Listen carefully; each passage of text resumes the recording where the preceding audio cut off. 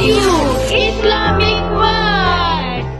पैगंबर हजरत मोहम्मद सल्लल्लाहु अलैहि वसल्लम रबीउल अव्वल महीने की 12 तारीख 571 ईस्वी में सऊदी अरब के मक्का में पैदा हुए।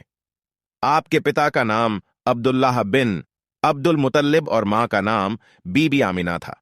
आप बचपन से ही अल्लाह की इबादत में मसरूफ रहते थे। आप पर ही पवित्र पुस्तक कुरान उतारी गई। 40 साल की उम्र में आपको अल्लाह की ओर से एक पैगाम हासिल हुआ, जिसमें अल्लाह ने आपको कहा कि तुम दुनिया में हो रही बुराइयों को मिटाओ, लोगों को समझाओ, उनको गुमराही से बचाओ। आपने अल्लाह के इस हुक्म को कबूल किया और उस पर खरा उतरने का वादा किया। तभी से उन्हें नबूवत हासिल हुई। आपकी वफात भी रबीउल अव्वल महीने की 12 तारीख 632 ईस्वी को तेज बुखार की वजह से हुई। वफात के वक्त आप 62 साल के थे। पैगंबर हजरत मोहम्मद सल्लल्लाहु अलैहि वसल्लम अल्लाह के द्वारा भेजे गए इस्लाम के आखिरी पैगंबर व नबी है। आपने ही इस्लाम धर्म की स्थापना की है। उस दौर में अरब में लोगों का बहुत बुरा हाल था। उस वक्त वहां हर वर्ग का अपना अलग धर्म था और उनके अलग अलग तरह के देवी देवता थे। कोई मूर्ति को पूजता था तो कोई ताकतवर बादशाहों को अपना भगवान मानता था, कोई जानवरों को पूजता था तो कोई शैतानों को। सबके अपने अलग अलग देवता थे। इसके अलावा वहां हिंसक भावना सभी लोगों में थी। सभी एक दूसरे के दुश्मन, उनके खून के प्यासे थे। वहां कोई भी सुरक्षित नहीं था। औरतें और बच्चे तक महफूज नहीं थे। इस बुरे दौर को खत्म करने के लिए अल्लाह ने पैगंबर हजरत मोहम्मद सल्लल्लाहु अलैहि वसल्लम को पैगंबर बनाया। दुनिया की हजारों साल पुरानी आबादी में हजारों नबी व रसूल आए।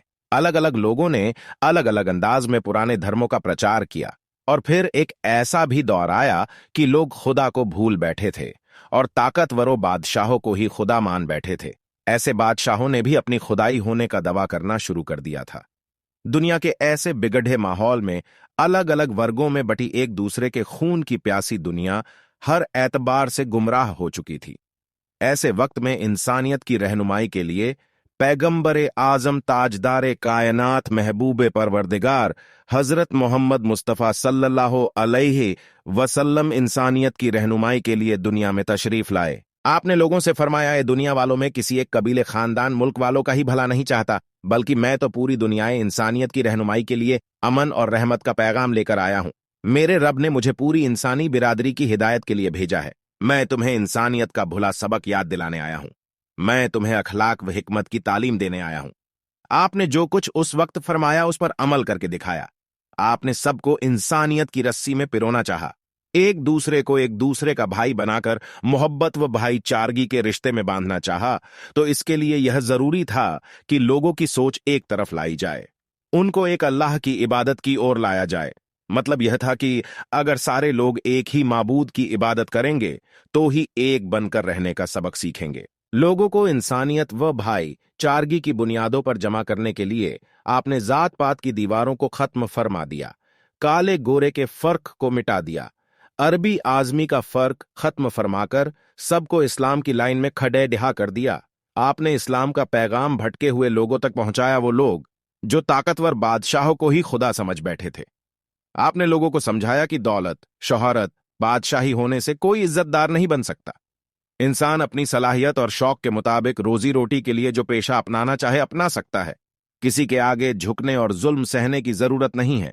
उन्होंने लोगों से यह भी फरमाया कि हलाल कमाई के लिए किसी काम को छोटा ना समझा जाए और किसी भी पेशे के वजह से किसी को बिडिड्डा या छोटा ना समझा जाए।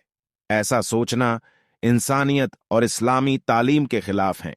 सबको देने वाला सबका परवरदिगार अल्लाह है। दुनिया व आखिरत की बादशाही अल्लाह के लिए है। उसके अलावा कोई बादशाह नहीं हो सकता जिसके सामने तुम झुको और सर झुकाओ। अल्लाह जिसे चाहे अपने बंदों की खिदमत के लिए हुकूमत बादशाहत अता फरमा दे। आपने उस वक्त ऐसे तमाम बादशाह जो लोगों पर जुल्म करते आ रहे थे, उन्हें अल्लाह का खौफ और अजाब बताया और दुनियावी व आखिरत की तबाही का खौफ बताया। आपने गुलामों को आजाद करने की ताकीद फरमाई और गुलामों को आजाद करने को बहुत बड़ा सवाब करार दिया। आपकी ऐसी ही कोशिशों से सैकड़ों गुलाम आजादी की जिंदगी जीने लगे। बड़ाड़े बड़ाड़े बादशाह जो खुदा होने का दावा कर रहे थे, वो एक ही अल्लाह की इबादत में लग गए और फिर धीरे धीरे गुलाम खरीदने और बेचने की रस्म खत्म हो गई। आपने दौलतमंद लोगों से फरमाया कि अल्लाह ने तुम्हें माल व दौलत से नवाजा है, तो याद रखो कि तुम्हें अल्लाह की उस अमानत का हिकू अदा करना है। तुम्हें उस दौलत को उसी तरीके से इस्तेमाल करना है जिसकी इजाजत अल्लाह ने तुम्हें दे रखी है। अगर तुम दौलत का गलत इस्तेमाल करोगे तो कंगाल हो जाने के साथ साथ तरह तरह के गुनाह, बीमारियों और सजाओं के हकदार भी बनोगे। इसीलिए इस्लाम में माल जमा रखने की नहीं बल्कि उसका इस्तेमाल करने की ताकीद की गई है। मतलब सदका, खैरात करो, अपने बच्चों की अच्छे से परवरिश करो, अपना कारोबार बढ़ाओ, अल्लाह की राह में उसके जरूरतमंदों पर खर्च करो, माल दबाकर ना बैठ जाओ। आपकी वफात के बाद पूरे अरब में लोग ईमान लाए। आपकी बदौलत पूरे अरब में इस्लाम का परचम फैला जो आज पूरी दुनिया में कायम है। पैगंबरे इस्लाम मोहम्मद मुस्तफ़ा सल्लल्लाहु की इन्हीं मुबारक तालीमात पर मुसलमान अमल करे और खुशहाल रहे। आमीन। Thank for watching and please like, share and subscribe my YouTube channel.